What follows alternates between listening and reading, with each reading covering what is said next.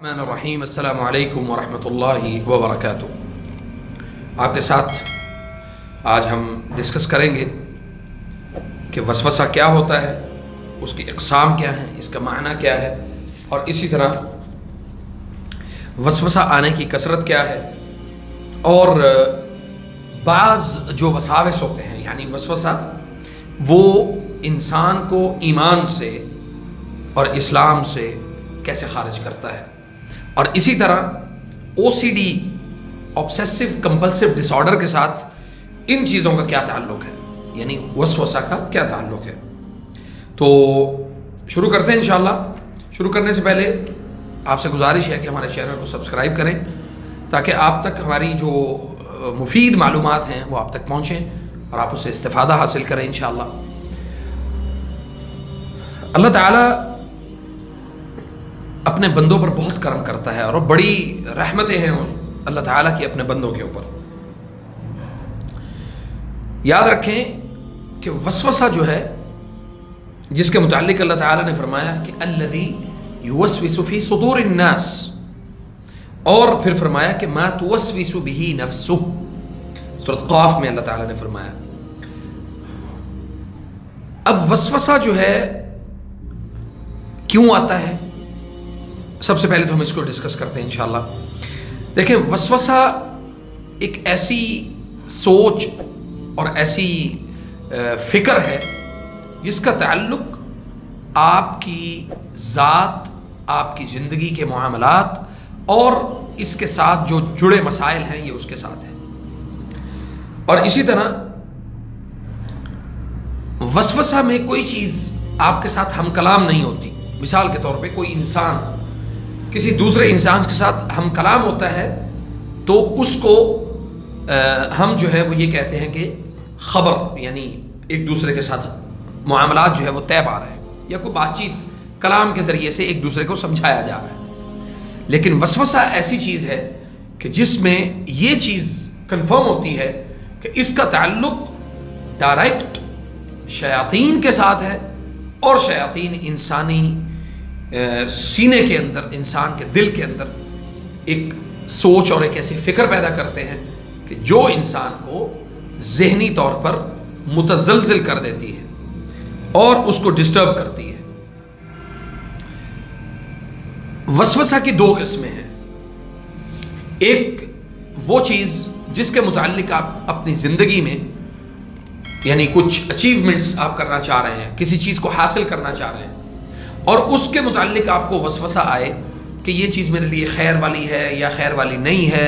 اس میں مجھے فائدہ ہوگا، اس میں مجھے فائدہ نہیں ہوگا، تو آپ اس سارے عمل کا جو تعلق ہے وہ آپ اللہ کے ساتھ جوڑ دیتے ہیں کہ یا رب اس میں اگر خیر ہے تو اللہ میرے قریب کر، اور اگر اس میں خیر نہیں ہے تو اللہ اس کو مجھ سے دور کر دے۔ اور دوسرا ہے اس کی یعنی وسوسہ کی دو قسمیں ہیں کہ جو یعنی کچھ انسان کا چاہنا، یعنی کسی چیز کی طرف انسان کا رجحان ہونا، اور دوسرا ہے خبر کہ کلام کے ذریعے سے ایک دوسرے کے ساتھ بات چیت کے ذریعے سے کسی دوسرے انسان کے دل اور دماغ میں جو ہے نا وہ وسوسہ پیدا کر دینا اور اس کو غائب کر دینا، یعنی اس سوچ کو جو اصل ہے اس سوچ کو مفقود یعنی بند کر دینا۔ جیسا کہ اللہ تعالیٰ نے قرآن کریم میں ارشاد فرمایا ہے فَأَنْسَاهُ الشَّيْطَانُ ذِكْرَ رَبِّهِ، یعنی شیطان نے انسان کو اللہ تعالیٰ کا جو ذکر ہے وہ اس کے دل اور دماغ سے اس کو نکال دیا ہے۔ اسی طرح فَإِنِّي نَسِيتُ الْحُوتَ وَمَا أَنْسَانِيهُ إِلَّا الشَّيْطَانُ، سورۃ الکہف میں اللہ تعالیٰ نے فرمایا۔ میں نے دو چیزیں آپ کو واضح کی ہیں کہ پہلی چیز کہ انسان دو چیزوں کے اوپر جو ہے نا وہ ہمیشہ رہتا ہے۔ ایک ہے کہ شیطان جو ہے وہ انسان کو ایسی سوچ کی طرف لے کر جاتا ہے جو انسان کے لیے ہمیشہ شر ہوتی ہے، خیر والی بات نہیں ہوتی شیاطین کی طرف سے، اور جو اللہ کی طرف سے جو بات ہے، اللہ تعالیٰ کی طرف سے جو آپ کے لیے خیر ہے، یعنی جو چیز آپ کے لیے خیر کا باعث ہوگی، اللہ تعالیٰ اس میں آپ کے لیے یعنی وہ وسوسہ نہیں ہوگا، وہ یقین ہوگا، اور آپ اس یقین کو اپنی زندگی میں استعمال کرتے ہیں جسے ہم توکل علی اللہ اور اللہ تعالیٰ کے اوپر بھروسہ کرنا کہتے ہیں۔ اچھا جی، اب بہت زیادہ کثرت وساوس، اس کی وجوہات کیا ہے؟ دیکھیں، سب سے پہلی چیز ہے شبہات اور شہوات۔ شبہات ہر وہ چیز جو بغیر علم کے آپ نے اخذ کی ہے، اس میں آپ کو شبہ رہے گا۔ یعنی قرآن اور سنت کی دلیل کے بغیر اگر آپ نے کسی چیز کو اخذ کیا ہے تو وہ آپ کو ہمیشہ وسوسے میں مبتلا رکھے گی کہ آیا یہ صحیح ہے یا غلط ہے، اس میں کیا میرے لیے خیر ہے یا شر ہے۔ اور دوسری چیز ہے شہوات، یعنی خواہشات۔ خواہشات بھی انسان کو یعنی وسوسہ میں مبتلا کرتی ہیں، اور وہ چیزیں جن کی طرف انسان کا دلی لگاؤ ہوتا ہے، محبت یعنی محبوبات، وہ چیزیں جس کا آپ اس دنیا میں مطلب محبت کی طرف اشارہ ہے، اور وہ صرف محبت نہیں ہے کہ جن سے مخالف کے ساتھ ہی محبت ہو، وہ آپ کی محبت اپنے والد کے ساتھ، اپنی بہنوں کے ساتھ، اپنی ماں کے ساتھ، اپنے رشتہ داروں کے ساتھ۔ تو اس محبت کی وجہ سے بھی لوگ اکثر جو ہیں وہ، یعنی محبت جو جذبہ ہے، اس کی وجہ سے بھی وسوسہ میں مبتلا ہوتے ہیں، جس کا نقصان یہ ہوتا ہے کہ انسان سب سے پہلے اپنی نفس کے لیے فیصلہ کرنے سے عاجز آ جاتا ہے، اپنے نفس کے لیے، اپنی ذات کے لیے وہ فیصلہ نہیں کر پاتا۔ اور اسی طرح اس میں چوتھی چیز جو ہے وہ یہ ہے والمکروہات، وہ چیزیں جو حلال نہیں ہیں اور کراہت والی ہیں، جن چیزوں کا تعلق آپ کی زندگی میں یعنی اس انداز سے لیا جا سکتا ہے کہ آپ وہ چیز اپنے لیے تو استعمال نہیں کرتے لیکن کسی اور شخص کے لیے آپ اس کو پسند کرتے ہیں، تو وہ کراہت والی چیزیں ہیں۔ اور پھر اسی طرح بعض صحابہ کرام نے نبی صلی اللہ علیہ وسلم سے یہ پوچھا کہ یا رسول اللہ صلی اللہ علیہ وسلم، کیا ہمارے دلوں میں بھی اگر وسوسہ آئے اور ہمیں اس وسوسے کی وجہ سے یعنی پریشانی میں ہم مبتلا ہو جائیں یا ہم سوچنے پر مجبور ہو جائیں، تو ہمارے لیے کیا معاملات ہیں؟ یعنی ہمارے لیے کیا یعنی اس چیز کو کس طرح سے اخذ کیا جائے گا کہ یہ وسوسہ ہے یا یہ ایمان ہے؟ تو نبی صلی اللہ علیہ وسلم نے فرمایا کہ ذالک صریح الایمان، یہ صریح ایمان کی علامت ہے۔ اور اسی طرح نبی صلی اللہ علیہ وسلم نے اس حوالے سے یہ کہا کہ اگر تمہیں اس طرح لگے اللہ اور اللہ کے رسول صلی اللہ علیہ وسلم کے متعلق صحابہ اکرام رضوان اللہ تعالی علیہم اجمعین اور انبیاء اور رسل، اللہ تعالیٰ کے ادیان جتنے بھی اس دنیا میں اللہ تعالیٰ نے بھیجے، خاص طور پہ اسلام کے متعلق اگر تمہیں اس طرح کے وسوسے آئیں تو تمہیں کیا کرنا ہے؟ الحمدللہ الذی رد کیدہ الی وسوسہ، تو اللہ تعالیٰ سے اپنے اس وسوسے کے اوپر اللہ تعالیٰ سے یہ دعا کرنی ہے، الحمدللہ الذی رد کیدہ الی الوسوسہ۔ اور سبحان اللہ، اسی طرح بعض جو وسوسے ہوتے ہیں جو ایمان اور اسلام، اللہ اور اللہ کے رسول صلی اللہ علیہ وسلم کے متعلق انسان کو آتے ہیں، ایک چیز جس کا صریحاً اللہ تعالیٰ نے تذکرہ کیا کہ یہ ایمان ہے، یہ اسلام ہے، یہ عقیدہ ہے اور یہ احکامات ہیں،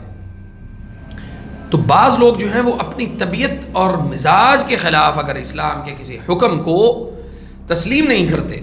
اللہ کے حکم، مثال کے طور پہ ایک اللہ کا حکم ہے اور اس سے وہ کراہت کا اعلان کرتے ہیں کہ یہ بات مجھے میری عقل کو سمجھ نہیں آتی، تو یہ بھی ایک شیاطین کے وسوسے کی ایک شدید علامت ہے۔ اور اس میں علماء جو کثرت سے اس بات کو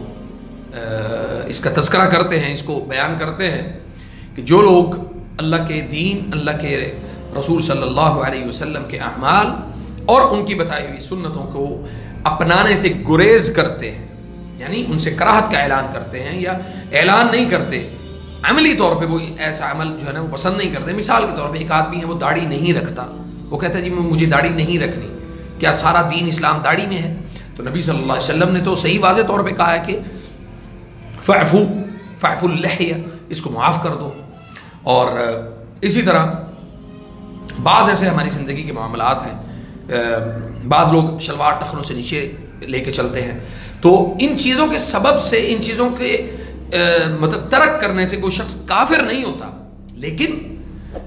اس کی ان اعمال سے محبت بھی نہیں ہے. تو یہ جو چیز ہے اس کو ہم یہ کہیں گے کہ اس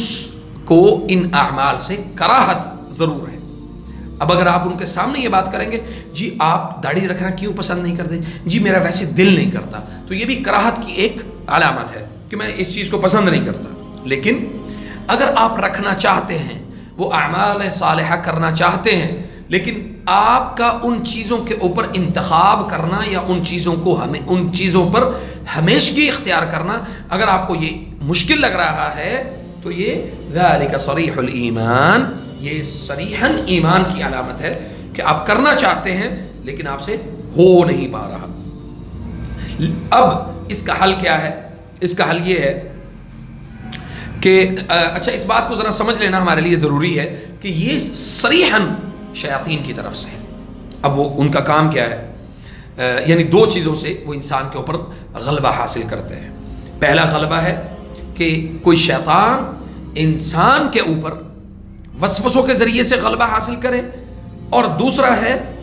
انسانوں میں سے جو شیاطین ہیں, یعنی انسانی شکلوں میں شیطانی صفت رکھنے والے لوگ جو ہیں وہ لوگوں کے اوپر جھوٹ کے ذریعے سے غلبہ حاصل کرتے ہیں. شیطان اگر یعنی جنات میں سے غلبہ حاصل کرتا ہے تو وہ غلبہ حاصل کرتا ہے وسوسہ کے ذریعے, اور انسانی شیطان, انسان صفت شیطان جو ہے وہ لوگوں کے اوپر غلبہ حاصل کرتا ہے جھوٹ کے ذریعے سے. اور ان تمام قسم کے وساوس اور اس طرح کی سوچ اور فکر سے بچنے کے لیے جو آپ کو, ہمیں ہر شخص کو کام کرنا ہے, سب سے پہلی چیز ہے کہ وہ شخص اپنے ایمان, جتنا اللہ تعالیٰ نے اس کو عقیدے کی سمجھ دی ہے, قرآن کی سمجھ دی ہے, احادیث کی سمجھ دی ہے, جتنا اس کے پاس موجود ہے وہ اس کے اوپر صبر کرے, یعنی اس پر ثابت قدم رہے کہ جو مجھے علم ہے میں انشاءاللہ اس پر قائم ہوں, میں اس سے پیچھے نہیں ہٹوں گا. اور دوسرا ہے کہ اس چیز کے اوپر صبر کرنا یہ بہت زیادہ ضروری ہے, اور لازمی ہے کہ وہ شخص اذکار میں, نمازوں میں, اور اسی طرح جو نواہی ہیں ان سے بچنا, یعنی اللہ تعالیٰ کے منع کردہ کاموں سے بچنا, اور نمازوں میں سستی نہ کرنا, اذکار میں سستی نہ کرنا. صبح شام کے اذکار آج پوچھ لیں کسی سے, سوال کر لیں تو پتہ لگتا ہے کہ جی ہمیں صبح شام کے اذکار کا پتہ ہی بالکل نہیں ہے. اذکار الصباح والمساء وہ کیا ہوتے ہیں کسی انسان کو اس کی خبر ہی نہیں ہے. اور اسی طرح اگلا ہے یعنی ان چیزوں کے ذریعے سے اگر آپ اس کے اوپر اپنے آپ کو یعنی التزام علی النفس سے, ان چیزوں کا التزام اپنے نفس کے اوپر ان کو لازم کر لیتے ہیں, تو اس کا صرف ایک نتیجہ نکلتا ہے. وہ کیا ہے کہ شیطان آپ سے بھاگ جائے گا, آپ سے دور ہٹ جائے گا, اور اللہ تعالیٰ آپ کے لیے خیر کے دروازے کھول دے گا. جیسا کہ اللہ تعالیٰ نے قرآن کریم میں ارشاد فرمایا ہے ان کید الشیطان کان ضعیفا, شیطان جو ہے یہ کمزور ہے اور انسان کے اوپر مسلط نہیں ہو سکتا الا کہ اس شخص کا ایک بہت عقیدہ مضبوط ہو, ایمان مضبوط ہو, اور اس کے اوپر سلامتی ہو. اللہ کی طرف سے اللہ تعالیٰ ہمیں عمل کی توفیق عطا فرمائے اور سمجھنے کی توفیق عطا فرمائے. فجزاکم اللہ خیر. السلام علیکم ورحمۃ اللہ وبرکاتہ.